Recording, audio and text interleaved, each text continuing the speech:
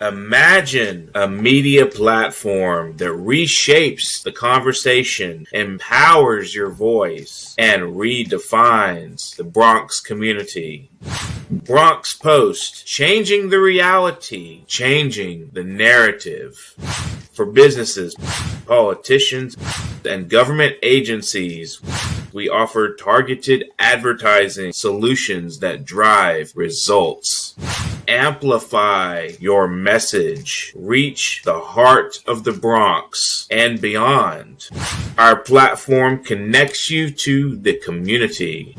Learn more. Email info@bronxpost.com or call 718-892-5555. Visit www.bronxpost.com for breaking news and updates. Bronx Post, changing the reality, changing the narrative.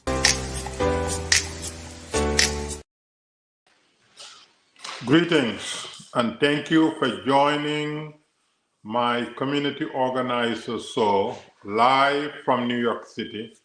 My name is Sheikh Musa Drammeh. I am your host. Behind the scene is the executive producer, Mutiu Olawuyi. Today, the topic is the continuation of our Bronx Economic Revolution activities. We are extremely honored and excited to be announcing, updates as to this campaign. First, let me begin by giving you the genesis of this campaign, which is Bronx Economic Revolution. Bronx, for those of you who need to be reminded of, especially our leaders, elected officials in particular, is part of New York City. And New York City is the wealthiest, largest, and most prominent, city in the nation, in the union. This is where decisions are made. This is where powers, pretty much started. Anybody who's running for president or governor from anywhere, New York is a go-to before they even announce anything. Because wherever there's an influence, power, prestige, or money, then New York is the destination to validate whatever objective you're going after. Therefore, we needed to remind everyone that Bronx is part of New York City and therefore should be part of this privilege, this prestige, this power.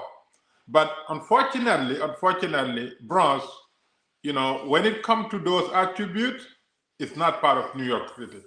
And that is why, us, people like me and many other leaders, past and present, have always embarked on reminding our decision makers about this simple and most basic fact. We are part of New York City, therefore we should be part of the privilege. That was really the genesis of launching Bronx Economic Revolution. Now, the revolution, as we had indicated in the past, is based on several pillars. Number one, we want to increase ownership, commercial property ownership, residential property ownership, business startup, and financial independence. As of today, almost 90%, I would say 85% to 90% of Bronxites do not own their residential homes, meaning that we are a county of renters. We rent from landlords who are overwhelmingly, if not all of them, are absentee landlords. These are absentee landlords who accumulate so much buildings and power in the Bronx and spread out their investment throughout the Bronx. And some of these buildings are in horrible conditions because they don't live in it. Their family don't live in it. All they want to do is maximize their profit, minimize the expenses of maintaining this building in the expense of their tenants. we said this should never ever be tolerated. Number one, we should not tolerate absentee landlord. Number one. Number two, we should not tolerate, deteriorating living conditions for these hardworking, tenants who are making richer and richer and richer by the day to these absentee landlords who happen to be, by the way, live in some of the most expensive, exclusive, gated communities anywhere except in the Bronx, whether it's the Long Island, you name it, where they live, where their family live, where their children go to school, where their wives and whatever shopping is completely the opposite of the reality in the Bronx. We said this is not sustainable. We cannot continue to be a county that is 85% renters. Where is the ownership? And then, we said we're going to launch this revolution. So when people own, they become more concerned about what goes on in their communities. Public safety, quality of life, property improvement, you name it. When you own something, you want to protect it. And therefore, anything that threatens the value or the quality or the safety, then you will be the first, defender of it. But when you are renting, then, that connection to the community is pretty much not there, because you don't know whether your lease going to be renewed next year or 2 years, or whether your business lease will be renewed. So therefore, you're always, sitting on an egg. And when you are in those conditions, the least concern you will have is what goes on in the community. Even though you're living there, you're working there, but you really don't own anything. And those people are more vulnerable to gentrification, because whatever it is, when somebody bought the building, somebody bought the business, whatever, you're out. Because sometimes they come up with jack up the lease, jack up the rent, and make up all kinds of expenses that you cannot afford. Then guess what? You're out of the community. No matter how established you've been there, no matter what you invest there, you're out of there. So these are all elements of absentee landlord type of situations that, we have in the Bronx. And because, 85% of the Bronx sites are renters, then unfortunately the quality of life cannot be maintained, because the people who own the buildings live in the best quality of life neighborhoods and communities, but they don't care about the Bronx. And, because quality of life deteriorates, then public safety nightmare becomes, the default factor, because, you have people committing all kinds of crimes: murder, rape, assault, stealing, robbing, and all kinds of, unacceptable, activities, taking place in the Bronx. And so we said we have to make change. And so we will increase ownership. That's why we advise those who are in a housing project, especially absentee landlord type of arrangements, organize and take the buildings, from these absentee landlords and convert them into shareholding, arrangement, either cooperation or condominium, but turn the building from renting to owning. This way, you're building equity, you're improving, your investment opportunities, and you are more mindful of the quality of life, and you are safeguarding public safety, all the elements that make, a community livable and workable and ideal for investment. When you become owner, you will be part of the solution, not somebody who is concerned whether your lease or your rental agreement will be extended or how much and stuff like that. So we increase ownership. This way we increase ownership in the Bronx. Ownership in your homes and businesses also is ownership in the Bronx. You are owning part of the Bronx, and therefore you pay more attention and you are more concerned about what goes on in the Bronx, including legislative, bills that are passed and debated. Are they adding values? Are they improving quality of life? Are they improving educational attainment? Are they, improving the overall living condition of the Bronx. And if the answer is no, then you will become part of the lobbying force, making sure that these bills will not pass. So all I'm saying is that once you become owner of something, then you become the guardian of its protection, and that is across the board. And that's why we part of that Bronx overall economic. I mean, not Bronx economic revolution. One of the pillars. Now, I talk about gentrification, and about 20 years ago, I was invited in Harlem. Imagine that, about 20 years ago, to talk about, because I was in real estate and I was in insurance and I was an investment banker. So they invited me to talk about, the problem of gentrification, because 20 years ago, 25 years ago, the Harlem, started seeing, new faces and new projects and new architectural schematic designs, and people were very concerned because they realized that things are about to happen and that will affect the long-term residents, and that's exactly what happened. So one of the things that I never forget that I told them, I asked the audience, what do you think is the best way to fight gentrification? And they come up with all kinds of answers. We need to talk to our elected officials so that this and that, whatever. And at the end, I told them, no, the only solution to gentrification is ownership. Nothing else. Everything else is short term. But ownership will protect you from being gentrified. Therefore, whatever activity that we embark on, it must first begin with increasing ownership. Let us own the buildings in Harlem. Let us own the businesses in Harlem. Let us own the apartments in Harlem. Let us even own the schools in Harlem. When we own these, spaces, then nobody can gentrify us. Even if they live next door to us, they cannot gentrify. But if you don't own, no matter what type of rental arrangement, even if it's a rent regulation, sooner or later, you will be out. And unfortunately, we're seeing, that reality. But anyway, ownership, but how one secure ownership? Well, education. Now, this is the topic that I want to talk to you about today.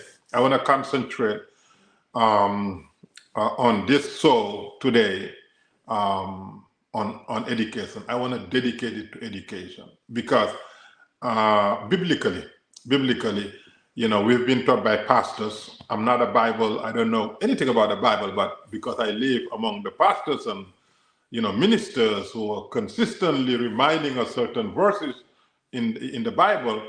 One of the verses that they keep telling us, he said that in the Bible there's a saying that my people perish for lack of knowledge. That's what I heard from the pastors, and they said it's in the Bible. So if that is the case, my people perish for lack of knowledge, then we don't need any other reference to make our point clear.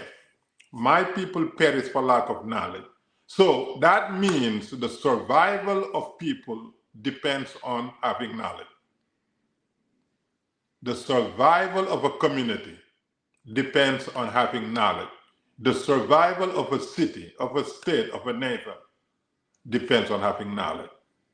And nothing could be truer and more profound and more accurate and more empowering and more relevant than that. My people perish for lack of knowledge. So I just want this to be internalized, how powerful and profound it is to encourage people to accumulate knowledge. And there is a case in Chicago.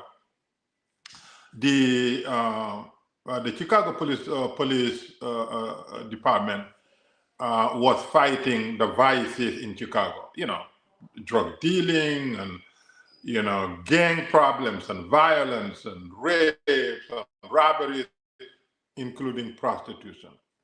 And as much training as, they were getting in terms of knowing how to fight these vices, they were not effective as experts.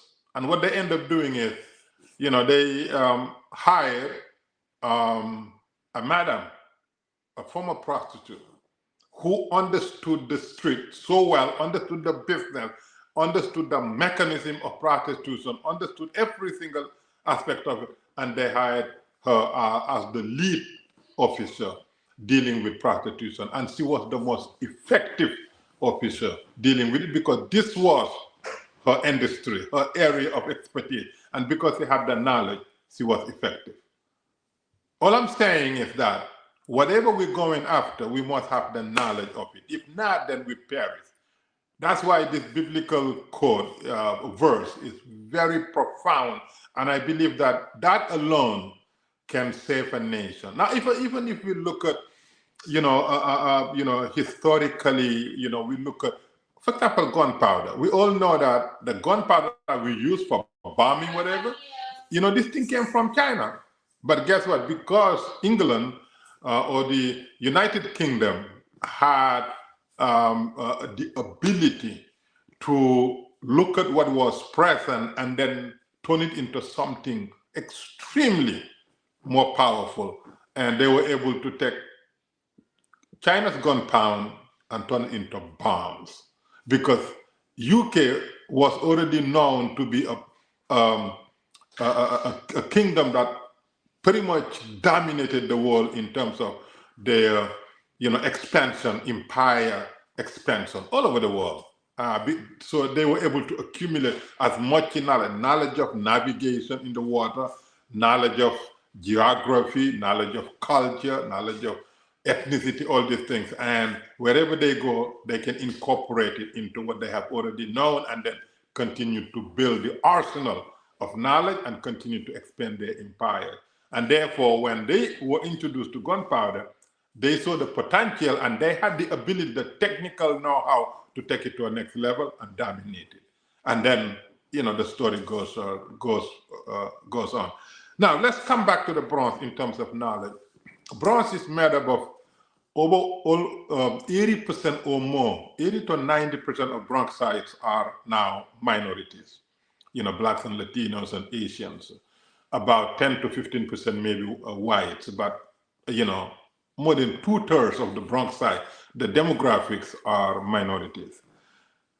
When we look back, before I came on the show, I was double checking, Google, because Google is now our help. It can take you to many universities and, museums and historical documents. And I read about the business ownership among the Black Americans during Jim Crow, right after Reconstruction, because the Civil War was fought because of slavery, northern states and versus southern states for slavery. So after the southern states lost, then blacks were freed. But when you're freed without any education, because you were prohibited, there was literacy ban. So therefore, you're free, but you don't have the competitive advantage or tools, for things. But nonetheless, and this is the point that I want to make, nonetheless, because now they're free and they understand that their survival and success depends on accumulating knowledge, they now embark on imparting knowledge to everybody. And because of that, when Jim Crow, system was implemented, they turned the small literacy groupings into business startup nation. And because you have segregated, nation where blacks are not allowed certain places. Therefore, what blacks did, they say, well, if we cannot use white facilities and businesses and tools, we create ours, and they created. And they said during Jim Crow, there were more black business ownership than even now. Why? Because of knowledge.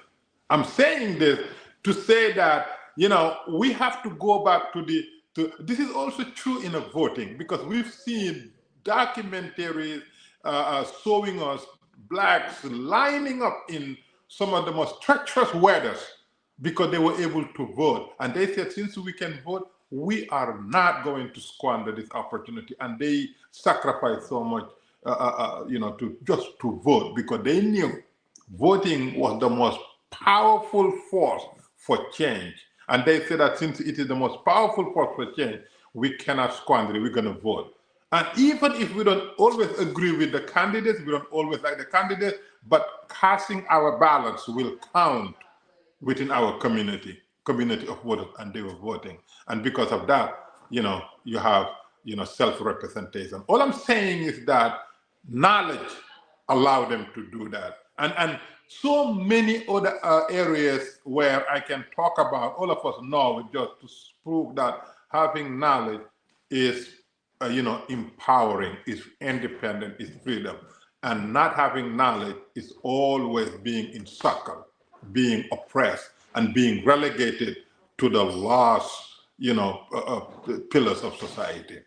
Why am I saying this? I'm saying this because Bronx, as I open the show with, is part of New York City. New York City is the most influential city in the nation, and I would even say in the world. And the reason for that is because knowledge.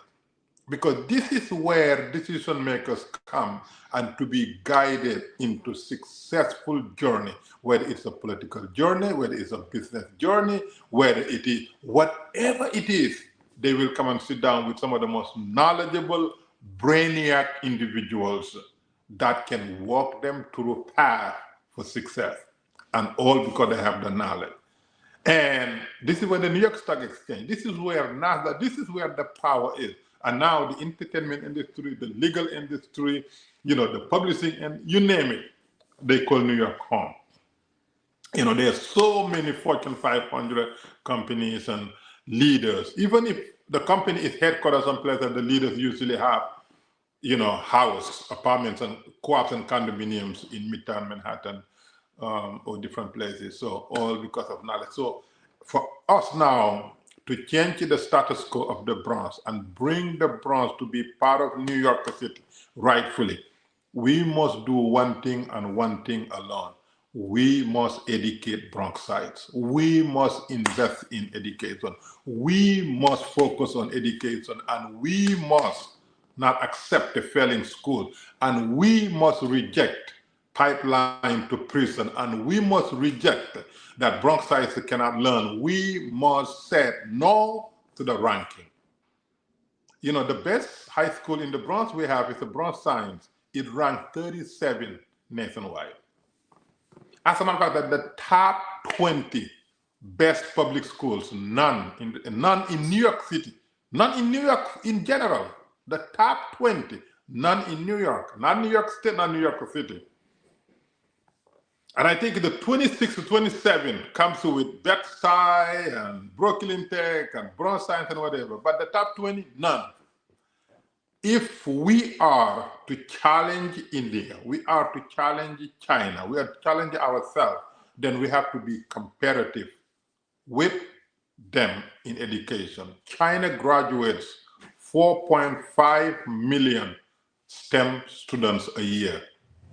4.5 million Chinese students graduate from STEM schools. India graduates 2.5 million STEM graduates a year. United States, about 800,000. And even the 800,000, you will find overwhelming majority of them are Chinese and Indian students. Even in the United States, the 800,000 STEM graduates, you will find that overwhelming majority of the same students are Chinese and Indians. So in order for us to be competitive, we have to tunnel vision education. And education, not only just education, but quality education from day one. With people, right now there's a case, I think in Boston, where a young scholar who graduate and get honor and then get a scholarship, but she cannot read. And now she's suing the school system. She graduated with honor, she got scholarships, and she can't read. How did that happen? Well, I'm not surprised, because for the past 24 years, I have been in the education system, and I do know all this promotional thing. They have all kinds of tricks to passing people from grade to grade without knowing a damn thing. Because they want to please this, they want to get this funding, they want to be part of this and that. But the last focus is the student education. They will do all tricks and dance to making sure that, 80% of our students graduate. Well, how many of them can actually read at level? Maybe 10%. So we need to change this. We need to change this self-defeatist attitude of not prioritizing good education. And so this is what we're suggesting, and this is backed by experience, being a New Yorker, and then running a school and knowing the psychic of parents, knowing the environment, and knowing the capacity and the capability and the potential of students, what they can achieve, and knowing where we are. What we're suggesting is this. Based on 24 years of running a K-12 school in New York City, in the Bronx, gave us the greatest window to the educational system and to what is possible and what is missing, and the force and the potential behind providing the best educational attainment for students.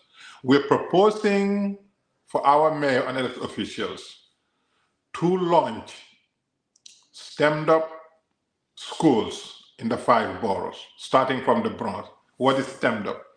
Science, technology, engineering, mathematics, diversity, unity, and peace.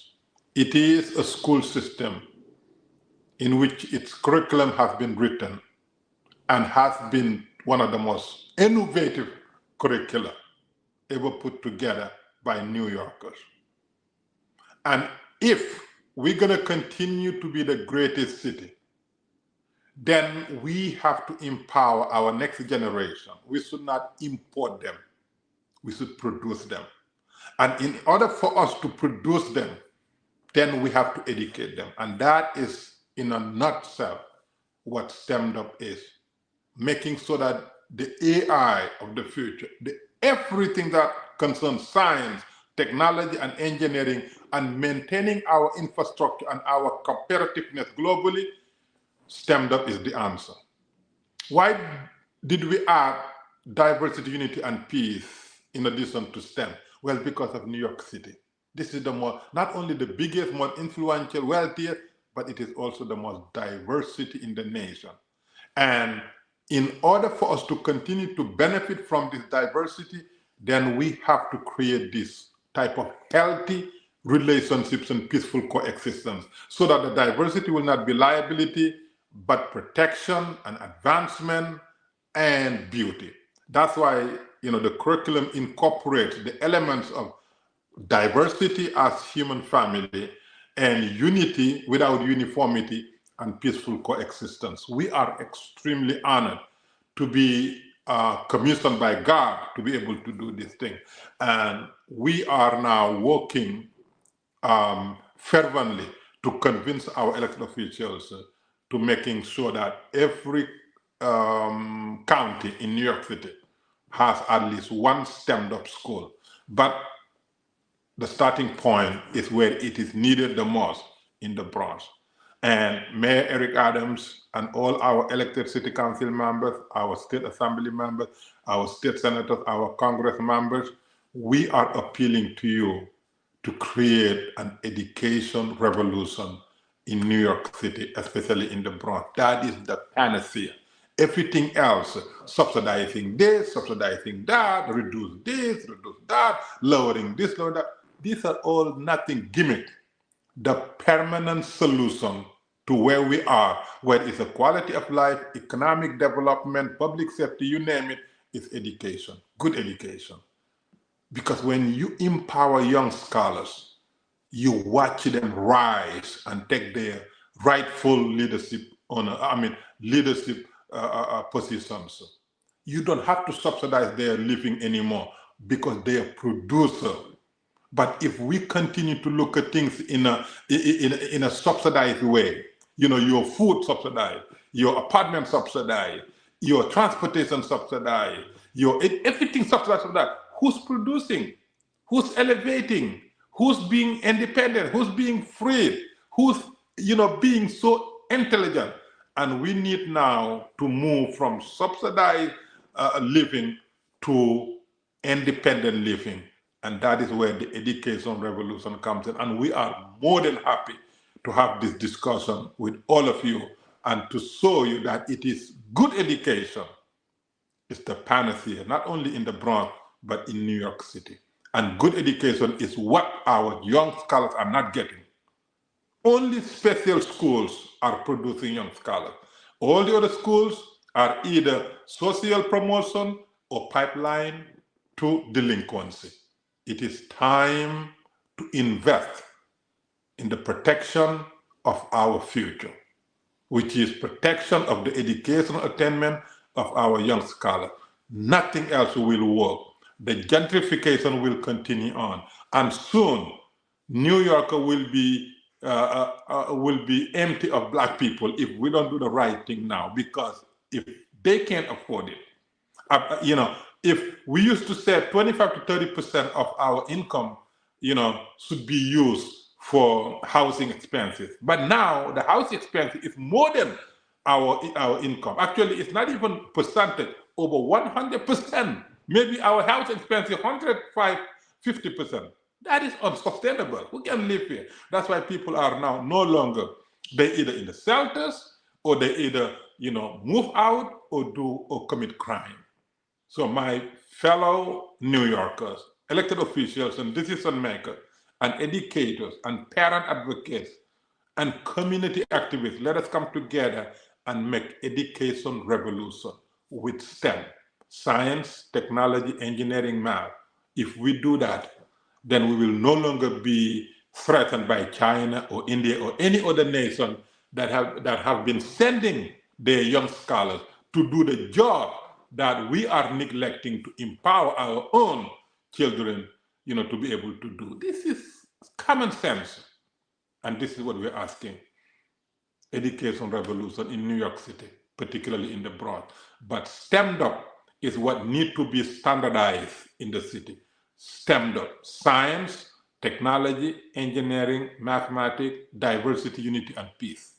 If we do that, we'll continue to maintain the status of the greatest city in the world, because we have so many of our children who are not getting the benefit of being New Yorkers. That should change, and education will change it. And STEMmed up will guarantee, our control of the status quo, of the status of being the greatest, most influential city. If we don't do it, we're going to continue to deal with crime and violence and, public safety nightmare, deteriorating quality of life and people moving out of a lot of districts and, the city in general. And we cannot sustain that, because this is the greatest place. And let's make all New York children be the inheritor of the leadership, whatever leadership. They should not be out of here because their parents cannot afford to live here. They should be the catalyst for maintaining the greatest city status. And education will provide that. And education is what we're embarking on. And we ask all of you, if you have any question, whatever, please talk to us. We don't want sugarcoating education. There are a lot of schools, a lot of programs. They don't work because there are a lot of special interests. Because we, we monetize our problems. Somebody say, oh, there's no, the spelling school, I'm going to come to school. Then you find out that the CEO is making $400,000, $300,000. We don't want that. We want genuine messenger of change. People who are not there for the money or recognition, but for there as a solution to the problems. There, you talk about anything, they say, oh, no, we're doing it here, we're doing it there. It doesn't work. We want the solution, and the solution is education, and education through stand up. Thank you, and God bless you. And you can always reach out to us for any question or any concern. My telephone number is 5555. 718-822-5555. Again, Stand Up Institute is the organization that is advocating education revolution. Stand Up Institute. And the website is stemmedup.org. Stemmedup.org. Thank you and God bless you. See you later. Imagine a media platform that reshapes the conversation, empowers your voice, and redefines the Bronx community. Bronx Post, changing the reality, changing the narrative. For businesses, politicians, and government agencies, we offer targeted advertising solutions that drive results. Amplify your message. Reach the heart of the Bronx and beyond. Our platform connects you to the community. Learn more. Email info@bronxpost.com or call 718-892-5555. Visit www.bronxpost.com for breaking news and updates. Bronx Post, changing the reality, changing the narrative.